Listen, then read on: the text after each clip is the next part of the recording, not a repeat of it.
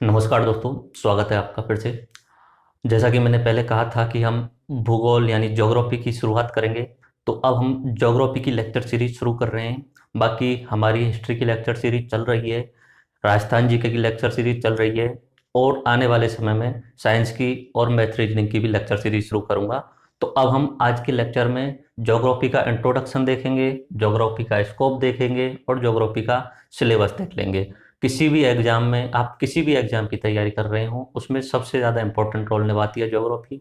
Geography से हर exam में 10-15% के आसपास सवाल पूछे जाते हैं, हायर लेवल से लोअर लेवल का कोई भी एग्जाम हो, आईएएस आरएएस या अपना टीचर वगैरह एसआई वगैरह कोई भी एग्जाम हो, उसमें ज्योग्राफी के बहुत सारे सवाल पूछे जाते हैं। तो मैं ज्योग्राफी को आपको बिल्कुल जीरो और बेसिक लेवल से पढ़ाने की कोशिश करूंगा, यानी मैं आपको ये समझ के पढ़ाऊंगा कि आपको ज्योग्राफी के बारे में कुछ भी नहीं आता है।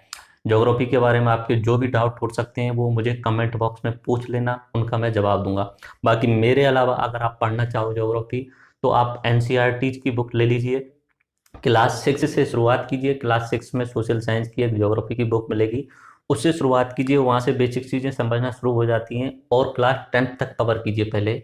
उसके बाद में 11th 12th में बाद में जाना, पहले क्लास 6 से 10 तक की एनसीईआरटी कवर कीजिए। अगर आप आरएएस और आईएएस की तैयारी कर रहे हैं तो वहाँ से बेसिक चीज़ें क्लियर हो जाती हैं। बाकी मैं कोशिश ये करूँगा कि बिल्कुल ही जीरो लेवल से और आपको हायर लेवल तक पहुँचा दिया जाए। अगर मुझे ज़रूरत पड़ेगी कि मुझे कहीं पे एनिमेशन दिखाना चाहिए तो मैं आपको एनिमेशन दिखाऊंगा। अगर मुझे ज़रूरत पड़ेगी कि मुझे यहाँ पे मैप बनाना चाहिए तो मैं मैप बनाऊंगा। ये चीज़ याद रखना कि मेरे साथ पढ़ोगे तो आपको कॉपी पेन दोनों लेके बैठना है और मैप बनाने की प्रैक्टिस जरूर करनी है, क्योंकि मैं हर लेक्चर में, ज्योग्राफी के हर लेक्चर में कम से कम 2 या 3 मैप बनवाऊंगा। बिना मैप के अगर तुम पढ़ाई करोगे तो रट्टाफिकेशन कर रहे हो। तो सबसे पहले हम समझ लेते हैं ज्योग्राफी का मतलब क्या है। ज्योग्राफी दो शब्दों से मिलकर बनी है, जियो और ग्राफी। जियो का मतलब होता है पृथ्वी, और ग्राफी का मतलब होता है अध्ययन करना। तो ऐसा विषय जिसमें हम पृथ्वी के बारे में अध्ययन करेंगे वो ज्योग्राफी हो जाता है। बहुत आसान हो गया ये सब। तो मतलब ऐसा कोई भी विषय जिसमें हमने पृथ्वी के बारे में पढ़ना है, यानी द्वीपों के बारे में पढ़ना है, महाद्वीपों के बारे में, महासागरों के बारे में, भूकंप, पर्वत, पठार, नदियां, ज्वालामुखी, इन सब के बारे में पढ़ना है, तो ये कौन सा विषय हो जाएगा?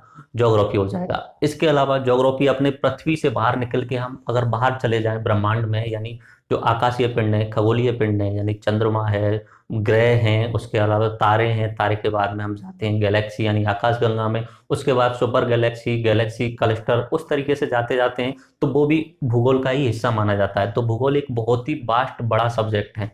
एक चीज याद रखना, भूगोल मैं पढ़ाऊंगा तो आपको इंटरेस्ट आता जाएगा धीरे धीरे, क्योंकि भूगोल आपकी रियल लाइफ से रिलेटेड सब्जेक्ट है। आप इसमें एंजॉय करना पढ़ने में, ऐसा नहीं आप इस भूगोल को बोझ समझो। मैं आपको बेसिक लेवल से समझाऊंगा। अगर आपने भूगोल को सही ढंग से समझ लिया तो आपकी जिंदगी में बहुत सारे चेंज आ जाएंगे, क्योंकि आप उस समय भूगोल की जो घटनाएं होती हैं, जैसे कि भूकंप कैसे आते हैं, उन्हें मैं रियल एनिमेशन व्यू के आधार पे बताऊंगा। उसके अलावा बारिश कैसे होती है बहुत अच्छे तरीके से समझाऊंगा। भूकंप क्यों आते हैं, बारिश क्यों होती है, उसके अलावा पर्वत कैसे बनते हैं, बादल कैसे बनते हैं, ये सारी सारी घटनाएं आपकी समझ में आ जाएंगी। तो आप एक अलग लेवल की सोच रखने लग जाओगे। तो ये चीज याद रखना, क्यूरियोसिटी बनाए रखना, जानने की इच्छा से शक्ति बनाए रखना, कुछ नए सवाल पूछने की कोशिश करना, और रट्टाफिकेशन मत करना। मैं कोशिश करूंगा बिल्कुल भी रट्टाफिकेशन ना हो। तो जियो और ग्राफी दो शब्दों से मिलकर बना है। जियो का मतलब हुआ पृथ्वी, ग्राफी का मतलब हुआ अध्ययन। जियोग्राफी को हिंदी में बोलते हैं भूगोल। भू यानी पृथ्वी, गोल यानी गोल, गोल है पृथ्वी। मैं आपके लिए उसमें ग्लोब दिखा देता हूं, उससे आपको पता चल जाएगा पृथ्वी गोल है या नहीं है। देखो, ये हमारे पास में ग्लोब है, ये हमारी पृथ्वी है, जिसे हम अर्थ बोलते हैं। ये तीसरे नंबर पे आता है, सूर्य के बाद में तीसरा ग्रह है सूर्य के पास में। तो ये गोल है, 3D में है। अब हम पढ़ेंगे 2D में, यानी व्हाइट बोर्ड पे। मैं उससे पहले 2D 1D 3D समझा देता हूँ आपको। देखो 1D ये शब्द होता है 1D। डी का मतलब होता है डायरेक्शन, और डायरेक्शन का मतलब होता है दिशा। अगर कोई चींटी यहाँ पे है और वो सीधा एक दिशा में चलना शुरू कर देती है, तो उसे बोला जाता है 1D, वन डायरेक्शन, एक दिशा। ये एक्स दिशा में जा रही है, ये ऊपर नीचे नहीं होनी चाहिए, किसी दूसरी डायरेक्शन में नहीं जानी चाहिए, तो इसे बोलते हैं 1D, एक ही दिशा हो। अगर चींटी अपनी मन मर्जी से ऊपर नीचे चलने लग जाती है, इस तरीके से ऊपर नीचे चलने लग जाती है, तो ये क्या होगा? एक तो इस दिशा में जा रही है, दूसरी इस साइड में भी जा रही है, तो इसकी दो दिशाएं हो गई, ये बाई दिशा। तो ये पूरा प्लेन जैसा बन जाता है, एक तरीके से पूरा समतल बन जाता है। तो जहां पे भी आपको समतल दिखेगा वो होता है 2D। उसके बाद में अगर कोई मधुमक्खी है, मधुमक्खी यहाँ से उड़ना शुरू करेगी, इस साइड में जा सकती है, बाहर की साइड में भी आ सकती है, पीछे की साइड में भी जा सकती है। तो मधुमक्खी जो होगी उड़ेगी वो 3 दिशाओं में चलेगी। तीसरी जो दिशा होगी जेड, यहाँ पे मैं बोर्ड पे बना नहीं सकता, बाकी जेड जो दिशा है वो बाहर की तरफ है, एक दिशा इधर, एक दिशा इधर और एक दिशा बाहर की तरफ। अब ये 1D 2D 3D मैंने इसलिए पढ़ाया आपको क्योंकि ये जो पृथ्वी है ये गोल है, गेंद के जैसी है, ये 3D है इस तरीके से। इसमें तीनों दिशाएं हैं, एक्स भी है, वाई भी है और जेड भी है, तीनों दिशाएं इसके अंदर। लेकिन हम जो पढ़ते हैं इसको पृथ्वी को तो हम पढ़ते हैं व्हाइट बोर्ड पे, और व्हाइट बोर्ड जो है वो समतल है, उसमें सिर्फ 2 ही दिशाएं, एक्स दिशा, वाई दिशा, तीसरी दिशा जेड है ही नहीं। तो मैं पृथ्वी का चित्र बनाऊंगा इस तरीके से बनाने की कोशिश करूंगा, लेकिन एक्चुअली में यह पृथ्वी नहीं है, ये सिर्फ एक वृत्त बना दिया है मैंने। पृथ्वी आपको एज्यूम करके चलना पड़ेगा। मैं आपसे बोलूंगा कि इसे आप गेंद मानो तभी आपकी समझ में आएगा। व्रत बना लिया तो इससे आपकी समझ में नहीं आएगा। गेंद मान के समझना पड़ेगा, आपको समझना पड़ेगा कि पृथ्वी ऐसी है। मैं बोर्ड पे नहीं बना सकता, मैं बोर्ड पे बाहर की साइड में पेन नहीं चला सकता, हवा में पेन थोड़ी चला सकता हूं मैं। तो ये आपको एज्यूम करना पड़ेगा कि 2D में हम पढ़ रहे हैं और 3D को पढ़ रहे हैं, पृथ्वी को हम यानी 3D को पढ़ रहे हैं। तो आपकी समझ में आ गए होंगे। कुछ एक एग्जाम्पल और बता देता हूं कि कोई भी चींटी अगर सीधी जा रही है, कोई भी इधर उधर नहीं घूम रही है, तो उसे बंटी बोला जाता है।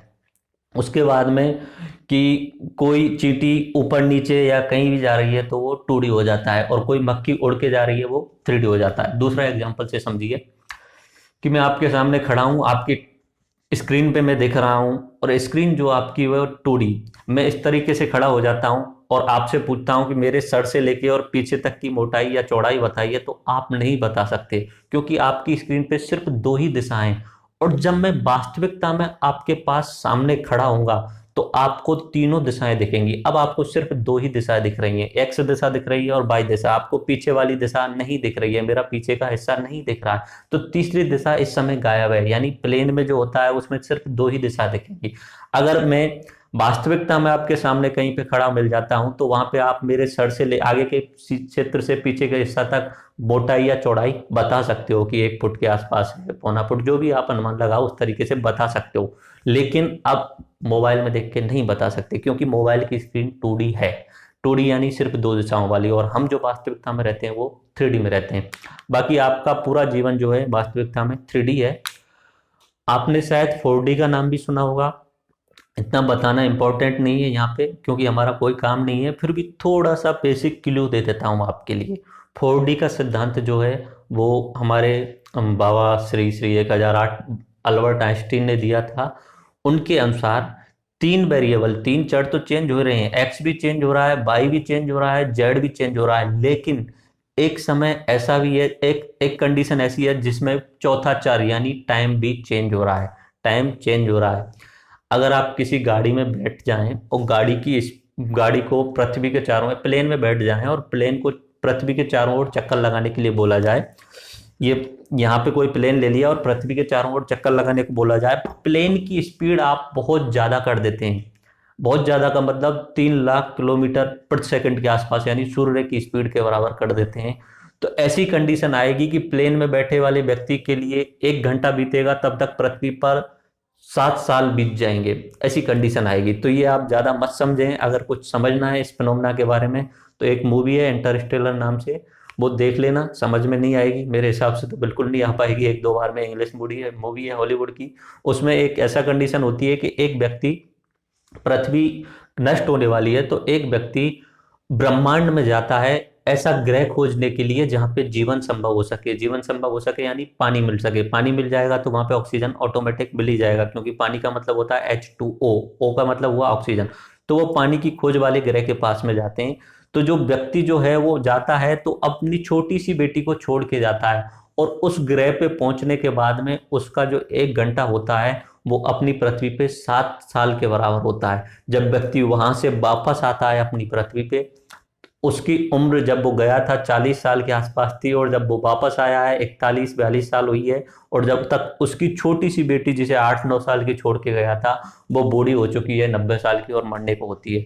तो वो चौथा चर है 4D। मत समझो, नहीं समझ में आया तो नो टेंशन, 3D तक समझ में आना चाहिए, 4D कभी बाद में देखेंगे। तो अब मेरे हिसाब से 3D समझ में आ गया है। मैं जब भी पृथ्वी बनाऊंगा इस तरीके से बनाऊंगा, ये वृत्त है, लेकिन आपको एज्यूम करके चलना है ये गोल गेंद के जैसा है। ठीक है, अब बात करते हैं भूगोल को कितने तरीके से पढ़ते हैं, भूगोल के कितने हिस्से हैं। नॉर्मली भूगोल के 4 भागों में बांटा गया है। नॉर्मली एक होता है भौतिक भूगोल, दूसरा होता है विश्व का भूगोल, तीसरा भारत का भूगोल, और चौथा आप जिस राज्य में रहते हैं उस राज्य का भूगोल। उस राज्य की कैसी कंडीशन है, उस राज्य में कौन कौन से पर्वत हैं, कौन कौन सी नदियां हैं, कौन कौन से बांध हैं, कौन कौन सी झील हैं। सबसे पहले बात करते हैं भौतिक भूगोल। भौतिक भूगोल का मतलब है, इंग्लिश में बोलते हैं फिजिकल ज्योग्राफी। फिजिकल ज्योग्राफी में बेसिक फिनोमेना, जो घटनाएं घटित होती हैं उनके कारण समझे जाते हैं, उनके कारण समझे जाते हैं। क्यों? जैसे ब्रह्मांड बना तो क्यों बना और कैसे बना, उसके बाद में सोलर सिस्टम, सौर मंडल बना, वो क्यों बना और कैसे बना। पृथ्वी की आंतरिक संरचना में मेंटल है, मेंटल कैसे बना, क्यों बना। ठीक है, उसके बाद में कहीं पे पर्वत हैं, कहीं पे पठार हैं, कहीं पे नदियां, ये पर्वत पठार नदियां वहीं पे क्यों बनी, दूसरी जगहों पे क्यों नहीं बनी। भूकंप क्यों आते हैं, कैसे आते हैं, ये सारी की सारी जो कारण किसी भी फिनोमेना का, किसी भी घटना का कारण जो पढ़ते हैं हम भौतिक भूगोल में पढ़ते हैं, यानी फिजिकल ज्योग्राफी में पढ़ते हैं। बारिश आती है, उसका कारण बताओ, क्यों होती है बारिश, तो उसका कारण जो होगा वो हम फिजिकल ज्योग्राफी में पढ़ेंगे। भूकंप का कारण पढ़ेंगे, फिजिकल ज्योग्राफी में पढ़ेंगे। ज्वालामुखी क्यों निकलते हैं, ज्वालामुखी क्यों फटते हैं, उसका कारण हम पढ़ेंगे फिजिकल ज्योग्राफी में। सुनामी क्यों, तो उसका कारण हम पढ़ेंगे फिजिकल ज्योग्राफी में। तो फिजिकल का मतलब हुआ एक तरीके से क्यों आप लगा सकते हो, जहां भी आप क्यों का सवाल पूछ लोगे उसमें फिजिकल वर्ड आ जाएगा, फिजिकल ज्योग्राफी आ जाएगा। फिजिकल ज्योग्राफी के बाद में दूसरा आता है विश्व का भूगोल। विश्व का भूगोल यानी फिजिकल में हम कारण पढ़ चुके हैं क्यों हुआ, अब विश्व के भूगोल में उनके नाम याद रखने हैं बस। जैसे पर्वत क्यों बनते हैं ये हम पढ़ लेंगे फिजिकल ज्योग्राफी में। उसके बाद विश्व के भूगोल में विश्व के 7 महाद्वीपों में कौन कौन से महाद्वीप में कौन कौन से पर्वत इंपॉर्टेंट हैं, उन पर्वतों की सर्वोच्च शिखर कौन कौन सी इंपॉर्टेंट हैं, उनके नाम याद करने होते हैं। तो इसलिए हम विश्व के भूगोल और भौतिक भूगोल दोनों को कंबाइंड रूप से लेके चलेंगे, दोनों का सिलेबस एक साथ में रखेंगे। यानी अगर हमें पर्वत वाला टॉपिक पढ़ना है तो उसका भौतिक भूगोल और विश्व भूगोल में दोनों साथ में लेके चलूंगा। यानी पहले पर्वतों का कारण पढ़ेंगे, पर्वत क्यों बनते हैं, कहाँ कहाँ पे बनते हैं, और उसके बाद में पूरे विश्व में कौन कौन सी जगह पे पर्वत हैं। ऐसे ही भूकंप वाला, जैसे भूकंप वाला जो टॉपिक आएगा तो उसमें पहले हम फिजिकल ज्योग्राफी पढ़ेंगे भूकंप की, यानी भूकंप क्यों आते हैं, फिर उसके बाद में देखेंगे विश्व में कहाँ कहाँ पे भूकंप आते हैं। तो भौतिक भूगोल और विश्व भूगोल दोनों को मैं कंबाइंड में पढ़ाऊंगा। ठीक है, उसके बाद में मैं आपको एक चीज और बता देता हूं, मैं जो भी टॉपिक कराऊंगा उस टॉपिक कंप्लीट कराने के बाद में उसी टॉपिक पे आधारित पुराने ईयर्स में जो सवाल पूछे गए हैं उनको सॉल्व करवाऊंगा। तो अगर आप कोई भी टॉपिक का वीडियो देखते हैं तो उससे अगला प्रीवियस ईयर्स का जो मैं वीडियो बनाऊंगा उसे जरूर देखें, ताकि आपको पता चल जाएगा कि आप कितने पानी में हो और मैं जो पढ़ा रहा हूँ क्या वो आपके काम में आ रहा है। मैं कोशिश ये करूंगा कि आपको बहुत आसान भाषा में समझाया जाए, बहुत आसान तरीके से, बिल्कुल ही इजी वे में समझाया जाए। तो आपकी समझ में आया फिजिकल ज्योग्राफी का मतलब क्या हुआ, विश्व भूगोल में हम क्या पढ़ेंगे। उसके बाद में हम भारत पे आ जाएंगे। फिजिकल ज्योग्राफी में जो कारण पढ़ लिया है, दूसरे में विश्व में देख लिया उसमें कहाँ कहाँ पे, अब उसी चीज को भारत पे अप्लाई कर देंगे। जैसे कि भूकंप वाला फिनोमेना पढ़ा, भूकंप के बारे में पढ़ा कि क्यों आता है, ये फिजिकल में। अब विश्व में कहाँ कहाँ भूकंप आते हैं, ये विश्व का भूगोल। अब भारत में कहाँ कहाँ भूकंप आते हैं, ये भारत का भूगोल। पहला जैसे पर्वत का एग्जांपल, पर्वत कैसे बनते हैं ये फिजिकल ज्योग्राफी में। विश्व में पर्वत कहाँ कहाँ पे स्थित हैं, बड़े बड़े पर्वत कहाँ पे हैं, ये अपना विश्व भूगोल में। और तीसरा भारत में कौन कौन से पर्वत हैं, ये भारत की ज्योग्राफी में। इस तरीके से पूरा सिलेबस रहेगा। तो हम सिलेबस देख लेते हैं। उसके बाद उससे पहले हम ज्योग्राफी की कुछ और, ये इस तरीके से पूरा सिलेबस रहेगा, देख लीजिए। विश्व का भूगोल दूसरे नंबर पे, विश्व के भूगोल क्यों के बाद में कहाँ कहाँ पे, ये सारी चीजें इसमें आ जाएंगी। तीसरा इंडिया ज्योग्राफी, ये कहाँ कहाँ पे इस तरीके से आएगा। और राजस्थान ज्योग्राफी, ये कहाँ कहाँ पे राजस्थान में कौन कौन से भौतिक स्थल हैं उनके बारे में पढ़ेंगे। तो इसलिए मेरा राजस्थान जीके का लेक्चर सीरीज चल रहा है, राजस्थान जीके ज्योग्राफी की लेक्चर सीरीज चल ही रही है। भारत ज्योग्राफी की लेक्चर सीरीज हम विश्व भूगोल के साथ में ही कंबाइंड में चलाएंगे। जैसे जैसे पर्वत का जैसे टॉपिक चलेगा तो फिजिकल और विश्व भूगोल दोनों का एक साथ में कराऊंगा, उसी समय हम भारत के अलग से टॉपिक बना के भारत के पर्वतों के बारे में करा दिया जाएगा। जब नदियों का टॉपिक आएगा तो भौतिक भूगोल और विश्व भूगोल एक साथ में होगा, और उससे अगला भारत ज्योग्राफी में भारत की नदियों का टॉपिक करा दिया जाएगा। कोशिश ये रखूंगा अगले 4 महीने में ज्योग्राफी कंप्लीट हो जाए, पूरी कोशिश रहेगी, क्योंकि अभी मेरे 3 या 4 कोर्स चल रहे हैं। आरएस और आईएएस प्रीलिम से पहले मैं कोशिश रखूंगा आईएएस और आरएस के प्रीलिम से पहले कि ये सारे के सारे जो सब्जेक्ट मैं करा रहा हूँ वो कंप्लीट हो जाए। तो आप भले ही कमेंट में मुझसे कहें ना कि जल्दी कराओ सर, बिल्कुल ना कहें, मैं अपनी कोशिश करूंगा पूरा पूरा जल्दी से कराने की। ठीक है, तो ये आपकी समझ में आ गया कौन कौन से भाग हो गए भूगोल के। पहला भाग भौतिक भूगोल, कारण देखेंगे। विश्व भूगोल, कारण देख चुके हैं, अब कहाँ कहाँ पे विश्व में वो घटनाएं होती हैं। उसके बाद भारत भूगोल, कारण देख चुके हैं, विश्व भी देख चुके हैं, भारत में कहाँ कहाँ पे होती हैं। और अपना स्टेट वाला, स्टेट की हमारी लेक्चर सीरीज चल रही है। 1D 2D 3D आपकी समझ में आ गए होंगे। मैंने इसलिए बताया था कि ग्लोब जो है वो 3D है, पृथ्वी जो है वो 3D है, लेकिन हम जो पढ़ रहे हैं वो 2D में पढ़ रहे हैं, प्लेन में पढ़ रहे हैं। अब हम ज्योग्राफी के बारे में थोड़ा सा और जान लेते हैं। ज्योग्राफी की शुरुआत कहाँ से हुई, कैसे हुई। देखो, एक व्यक्ति थे हिकेटियस नाम के, उन्होंने जस्ट पीरियड्स नाम से एक किताब लिखी थी, इसलिए इन्हें भूगोल का जनक कहा जाता है। उसके बाद में एक व्यक्ति आए एराटोस्थेनीज नाम से, उन्होंने ज्योग्राफी का नाम से किताब लिखी और उन्होंने व्यवस्थित ढंग से पूरे ज्योग्राफी भूगोल को पढ़ने का शुरुआत की थी, तो इसलिए व्यवस्थित भूगोल का जनक कहा जाता है एराटोस्थेनीज को। ये दोनों जो थे ये यूनान के थे। अब यूनान कहाँ पे है सर जी, अगले लेक्चर में जब मैं आऊंगा तब आपको यूनान के बारे में पूरा बताऊंगा। विश्व की मैं बाकी 1-2 लेक्चर में बता चुका हूँ।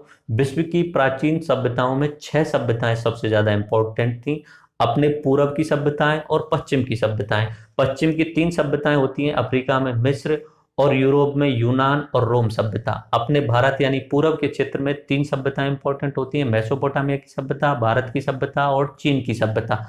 नेक्स्ट लेक्चर में यूनान का मैं पूरा बताऊंगा जब ज्योग्राफी का इंट्रोडक्शन वाला टॉपिक आएगा। ठीक है, अभी इतना देख लीजिए। 2 व्यक्ति के नाम याद रख लेने, हिकेटियस और एराटोस्थेनीज। हिकेटियस यानी भूगोल का जनक और आधुनिक व्यवस्थित भूगोल का जनक यानी एराटोस्थेनीज। इनके दोनों की किताबों के नाम भी याद रख लेना, कभी कभी पूछ लिया जाता है। अपना हिकेटियस लिखेंगे जस्पिरियड्स और एराटोस्थेनीज लिखेंगे अपनी ज्योग्राफी। उसके बाद में इसकी परिभाषा देख लीजिए। बाकी मैं बता ही चुका हूँ, भूगोल एक ऐसा स्वतंत्र विषय है जिसमें उद्देश्य लोगों को विश्व की जानकारी, आकाशीय पिंडों की जानकारी, स्थलों की जानकारी, महासागरों की जानकारी, जीव जंतु की जानकारी, वनस्पति, फलों तथा भू धरातलों के बारे में जानकारी दी जाती है। ज्योग्राफी 2 तरीके से होती है, संभववाद और निश्चयवाद। देखो, ज्योग्राफी एक विज्ञान का विषय है। विज्ञान ऐसा सब्जेक्ट है जो समय के अनुसार चेंज भी हो जाता है। जिस समय जैसे इंस्ट्रूमेंट आपके पास में है, जिस समय जैसी सोच आपकी है, उस हिसाब से आप उस फिनोमेना को अनुमान लगा लेते हो। जैसे कि अभी तक हमारे पास में यह माना जाता है कि ब्रह्मांड की उत्पत्ति 13.7 अरब पहले बिग बैंग थ्योरी के हिसाब से हुई थी। लेकिन आगे आने वाले समय में अगर साइंस और टेक्नोलॉजी प्रगति करते हैं और हमें उस ब्रह्मांड के बारे में और ज़्यादा जानकारी मिल जाती है, तो हो सकता है वो हमारी जो नॉलेज है पुरानी वाली वो खत्म हो जाएगी। जैसे पुराने रिलीजन्स होते थे, धर्म जो होते थे, उनमें माना जाता था, अपने हिंदू धर्म से ही मान लेते हैं कि इंद्र भगवान जो होते बारिश के देवता थे। इंद्र भगवान ही बारिश की देवता करते थे। उन्हें कारण नहीं होती है, पानी के भाप बनकर उठने से और बादल बनने से, बादल अपने क्षेत्र में आने से बारिश होती है। लेकिन धीरे धीरे हमें जो नॉलेज है वो बढ़ती गई, क्यूरियोसिटी इंसान की हमेशा बनी रहती है, तो वो चीज़ों को सोचता रहता है। तो बाद में हमें पता चला कि बारिश कैसे होती है। पहले भूकंप को भी एक चमत्कार माना जाता था, लेकिन अब भूकंप के कारण भी हमारी समझ में आने लग गए हैं। इस तरीके से हम धीरे धीरे सारी चीज़ों के बारे में चेंज होते जाते हैं। जैसे जैसे साइंस डेवलप होता जाता है, वैसे वैसे घटनाओं के बारे में हमारी सोच बदलती जाती है। एक एग्जाम्पल इस तरीके से ले लीजिए, आपके हिसाब से लगता होगा पृथ्वी जो है वो समतल है। पुराने समय पे भी ऐसा ही माना जाता था, पृथ्वी जो है वो समतल है। ठीक है, लेकिन जब किसी व्यक्ति ने कहा कि पृथ्वी गोल है, तो लोगों ने उसका विरोध शुरू कर दिया कि ऐसे हो कैसे सकता है, पृथ्वी गोल है। तो लेकिन एक्चुअली में पृथ्वी गोल थी ना। पहले समतल मानते थे, बाद में जब पता चला, साइंस नॉलेज बढ़ी, तो मानना पड़ा कि पृथ्वी गोल है। ऐसे ही पुराने समय पे माना जाता था कि पृथ्वी पूरे ब्रह्मांड का केंद्र है, यानी ब्रह्मांड में जितने भी सूर्य तारे हैं, जितने भी ग्रह हैं, सबके सब पृथ्वी के चारों ओर चक्कर लगा रहे हैं। लेकिन जब पहली बार गैलीलियो ने कहा कि नहीं, ऐसा नहीं है, पृथ्वी ब्रह्मांड का केंद्र नहीं है, पृथ्वी के चारों ओर चक्कर नहीं लगा रहे हैं सूर्य वगैरह, पृथ्वी चक्र लगा रही है सूर्य के, तब लोगों ने उसका विरोध किया। विरोध हमेशा होता है, जब आप चेंज करना चाहते हो तो विरोध होता है। गैलीलियो को फांसी की सजा दे दी गई थी इस बात पे, क्योंकि उन्होंने ईश निंदा की थी। ईसाई धर्म में लिखा हुआ है पृथ्वी है वो केंद्र है, होगा, मान लिया होगा, लेकिन चेंज होना जरूरी है। अगर नॉलेज बढ़ रही है तो आगे बढ़ना भी जरूरी है। विरोध आपका होता रहेगा, इस चीज पे आप टेंशन ना लीजिए, विरोध तो जरूरी है, विरोध होना। आपका कोई विरोध नहीं कर रहा है तो आप मतलब से ये समझिए आप कोई क्रिएटिव काम नहीं कर रहे हो, ठीक है। तो इसे बोला जाता है संभववाद, यानी कि जैसे जैसे साइंस विकसित होती जाएगी वैसे वैसे इसमें चेंज आते जाएंगे। दूसरा होता है निश्चितवाद, यानी मान लिया कि यही पक्का है, अब यही रहेगा। ओरिजिनली संभववाद ही सही है, चेंज होते रहने चाहिए। जैसे जैसे हमारी सोच बदलती जाएगी, जैसे जैसे टेक्नोलॉजी बढ़ती जाएगी, वैसे वैसे हम उन जो घटनाएं हैं उनके बारे में और सटीक जानकारी प्राप्त कर सकेंगे। तो इस तरीके से हमने ज्योग्राफी के बारे में ये देख लिया। अब हम ज्योग्राफी का सिलेबस देख लेते हैं फास्ट वे में। मैं पहले ही बता चुका हूँ, भौतिक भूगोल और विश्व भूगोल दोनों को मैं एक साथ में पढ़ाऊंगा। उनके कुल मिला के 28-29 टॉपिक हैं। हर टॉपिक को मैं विश्लेषण के साथ एनालिसिस करके बढ़िया ढंग से पढ़ाऊंगा। आप मेरे साथ बने रहें। और उसके बाद में हम भारत भूगोल का, उसके भी 20 के आसपास टॉपिक हैं, सबको हम डिटेल्ड एनालिसिस करके पढ़ेंगे। अभी मैं सिलेबस बता देता हूं, आप इस सिलेबस को लिख लेना। मैं वीडियो के लास्ट में पॉज करके वीडियो के लास्ट में एक पिक्चर डाल दूंगा, जिससे आप पॉज करके आप अपने सिलेबस को लिख सकते हो। जैसा कि मैंने बताया था कि भौतिक भूगोल और विश्व भूगोल हम दोनों को हम साथ में पढ़ेंगे। तो पहला जो लेक्चर होगा उसमें हम भूगोल के अर्थ और विषय क्षेत्र के बारे में पढ़ेंगे। थोड़ा बहुत तो मैं अभी भी पढ़ा चुका हूँ उस वाले में, उसमें थोड़ा सा और डिटेल में पढ़ लेंगे और उसमें हम नक्शा बनाना सीख लेंगे, विश्व का नक्शा बनाना सीख लेंगे, जरूरी है। अगले लेक्चर में मैं महाद्वीप और महासागरों के बारे में बता दूंगा, क्योंकि वो आपको याद होने चाहिए। मैं 3-4 बार रिवाइज करा के बताऊंगा। ये चीज याद रखना, मेरे लेक्चर्स में आप कॉपी पेन लेके बैठें और नक्शा बनाने की प्रैक्टिस जरूर कर लें, क्योंकि मैं हर लेक्चर में 2 या 3 बार तो नक्शा पक्का बनवाऊंगा। उसके बाद में हम ब्रह्मांड के बारे में पढ़ेंगे। सबसे पहले ब्रह्मांड से ही शुरुआत करेंगे कि ब्रह्मांड जो है वो होता क्या है, ब्रह्मांड बना कैसे, बनने के कारण क्या थे, ब्रह्मांड कितने वर्ष पहले बना, कौन सी थ्योरी के अनुसार बना। भाई अलग अलग लोग अलग अलग थ्योरी दे सकते हैं, हम गारंटेड नहीं बोल सकते। मैंने अभी भी बोला है, भूगोल में निश्चयवाद नहीं होता है, संभववाद चलता है, यानी संभावनाएं चेंज होती रहती है। तो हम मानते हैं बिग बैंग थ्योरी सही है, जिसके अनुसार ब्रह्मांड जो है 13.7 अरब साल पहले बना है। तो वो समझेंगे कि बिग बैंग थ्योरी क्या है, डिटेल्ड एनालिसिस समझेंगे। आप ट्रिक वगैरह ना ढूंढें, आप पूरा ही समझें, ठीक है। उसके बाद में हम ब्रह्मांड बनने के बाद में सूर्य बनाएंगे। सूर्य के चारों ओर जितने भी 8 ग्रह हैं उन सभी ग्रहों को घुमाएंगे और याद करेंगे। उसके बाद में हम अगले पृथ्वी पे आ जाएंगे, यानी अपने स्पेशल ग्रह पे आ जाएंगे। पृथ्वी की संरचना के बारे में देखेंगे और आंतरिक संरचना देखेंगे। उसके बाद में अक्षांश और देशांतर आपने सुने ही होंगे। किसी भी स्थान की स्थिति ज्ञात करने के लिए और समय ज्ञात करने के लिए अक्षांश देशांतर पढ़ना जरूरी होता है, तो वो समझेंगे। उसके बाद चट्टानें कैसे बनती हैं, विश्व में प्रमुख कौन कौन सी जगह चट्टानें, कितने प्रकार की चट्टानें, ये समझेंगे। उसके बाद भूकंप का कारण समझेंगे, विश्व में कहाँ कहाँ पे भूकंप आते हैं। जापान में जैसे सबसे ज्यादा भूकंप आते हैं, तो वहां पे ही सबसे ज्यादा भूकंप क्यों आते हैं, तो वो सारी चीजें समझेंगे। उसके बाद में हम ज्वालामुखी का मतलब समझेंगे, ज्वालामुखी क्यों फटते हैं, ज्वालामुखी कितने प्रकार के होते हैं, ये इस वाले टॉपिक में आ जाएगा। उसके बाद में आ जाते हैं हम पर्वत, पठार और मैदान, इनके कारण और विश्व में कहाँ कहाँ पे ये प्रमुख हैं। फिर वायुमंडल की संरचना, वायुमंडल जो पृथ्वी की बाह्य संरचना है उसमें 5 भागों को बांटा गया है। अपना क्षोभमंडल, समताप मंडल, ओजोन मंडल, आयन मंडल और बहिर्मंडल, तो उसमें हम वायुमंडल पढ़ेंगे। उसके बाद में पवनें, ये समुद्र पे और महाद्वीपों पे जो पवनें चलती हैं उनके बारे में पढ़ेंगे। उसके बाद में झीलें और जलप्रपात, झीलों के नाम याद करेंगे और जलप्रपात जो इंपॉर्टेंट हैं वो। फिर नहरें, जो मनुष्य के द्वारा जो नदियां या नहरें, कैनाल बनाई जाती हैं, उनके बारे में मुख्यतः 4-5 इंपॉर्टेंट हैं, स्वेज नहर, पनामा नहर, इस तरीके से वो याद करेंगे। फिर द्वीप और महाद्वीप, बेसिक सारी चीजें मैं इसमें कवर करा चुका हूँ, इसमें पूरा आने पे हमारा पूरा का पूरा रिवाइज हो जाएगा।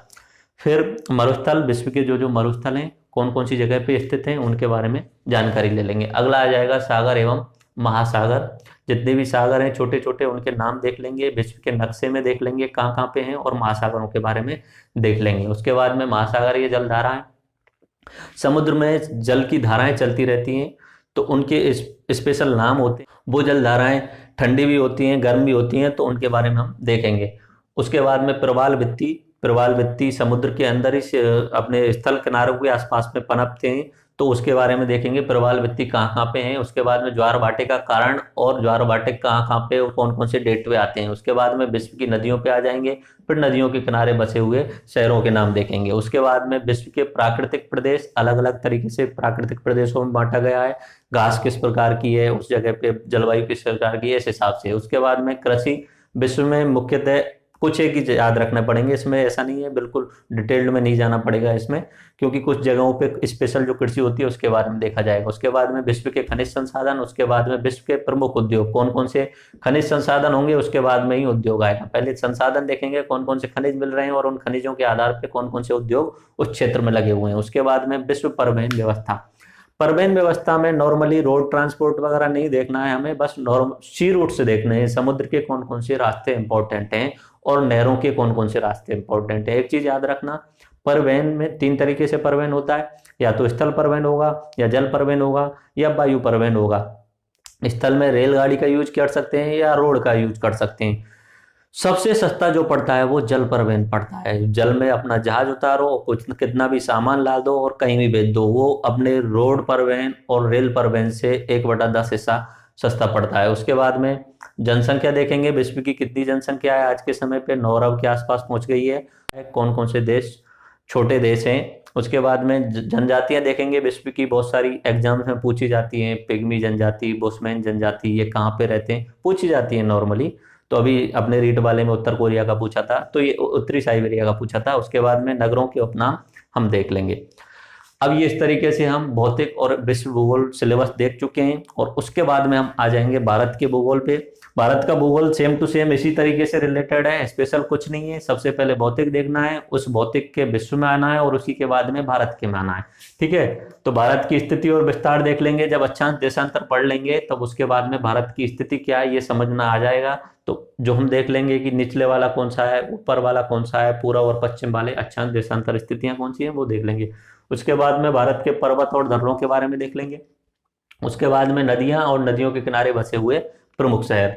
फिर आएंगे भारत की प्रमुख झीलों पर। झीलों के बाद में मानव निर्मित झील यानी बांध, जो नदियों पर बांध बनाए जाते हैं उनके नाम याद करेंगे। उसके बाद में जलप्रपात, जब पानी ऊंचाई से गिरता है किसी जगह पे तो वहां जलप्रपात बनता है, तो उसे हम पढ़ेंगे भारत में कौन कौन से जलप्रपात इंपॉर्टेंट हैं। उसके बाद में बहुउद्देशीय परियोजनाएं, यानी जब भारत आजाद हुआ था 1947 में, तब भारत की सरकार ने बहुत मल्टीपर्पज प्रोजेक्ट चलाए थे, जैसे कि अपना भाखड़ा नागल बांध। तो उसमें 3-4 उद्देश्य पूरे होते हैं, जिसमें एक से ज्यादा उद्देश्य पूरे हों, जैसे कि उससे सिंचाई भी हो रही है, दूसरा पानी की पूर्ति भी हो रही है, आसपास के क्षेत्रों में पानी पीने के लिए भी हो रहा है, तीसरा उस भाखड़ा नागल बांध से वहां पे बिजली भी बनाई जा रही है। तो इस तरीके से चौथा, वहां पे बाढ़ अगर आ सकती तो बाढ़ को भी रोका जा रहा है। तो एक ही अगर कोई प्रोजेक्ट जिससे कि बहुउद्देशीय बहुत सारे उद्देश्यों की पूर्ति की जाए तो वो देखेंगे। भारत सरकार ने बहुत सारे बहुउद्देशीय प्रोजेक्ट बनाए हुए हैं, उनके देखेंगे। उसके बाद में भारत की जलवायु के बारे में पढ़ेंगे, कैसी जलवायु है। राजस्थान की जलवायु में पढ़ा चुका हूँ।